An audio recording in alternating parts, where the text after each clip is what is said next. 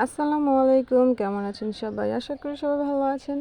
তো নরমালি লাল শাক খেতে কিন্তু অনেকেরই পছন্দ না, বিশেষ করে আমার নিজেরই পছন্দ না।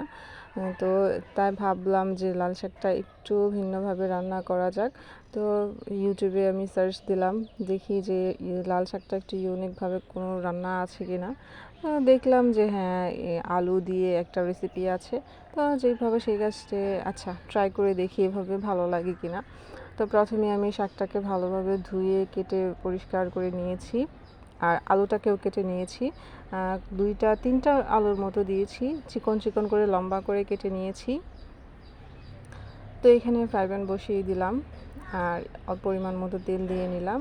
আর এখানে ফোড়ন দিলাম হচ্ছে কালো জিরা, আর হচ্ছে মেথি, 2টা শুকনো মরিচ, আর হচ্ছে একটা রসুন কুচি, আর 2টা পেঁয়াজ কুচি। এটাকে আমি ভালোভাবে ভেজে এখন একটা বাটিতে আমি উঠিয়ে রাখবো। কারণ হচ্ছে এই পেঁয়াজ রসুনটা বেশি ভাজা হয়ে গেলে খেতে ভালো লাগবে না, তাই আমি এটা উঠিয়ে রাখলাম। আর হচ্ছে এখানে আমি যে কেটে রেখেছিলাম আলুটা ভালোভাবে পরিষ্কার করে নিয়েছিলাম।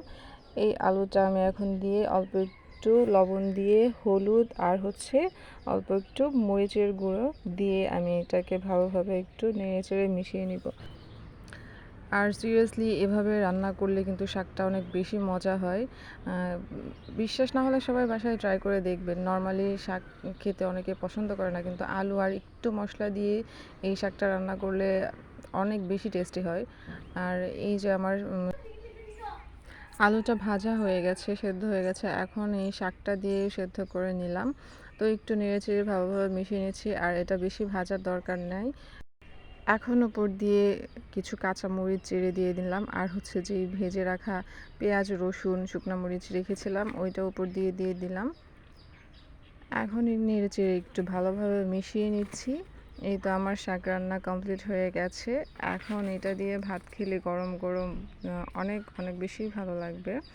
তো আমি কিন্তু গরম গরমই খেয়েছি, আপনারা বাসায় ট্রাই করবেন, আর গরম ভাতের সাথে এই শাকটা খাবেন, দেখবেন অনেক বেশি ভালো লাগবে। তো সবাই অনেক ভালো থাকবেন, সুস্থ থাকবেন। আল্লাহ হাফেজ।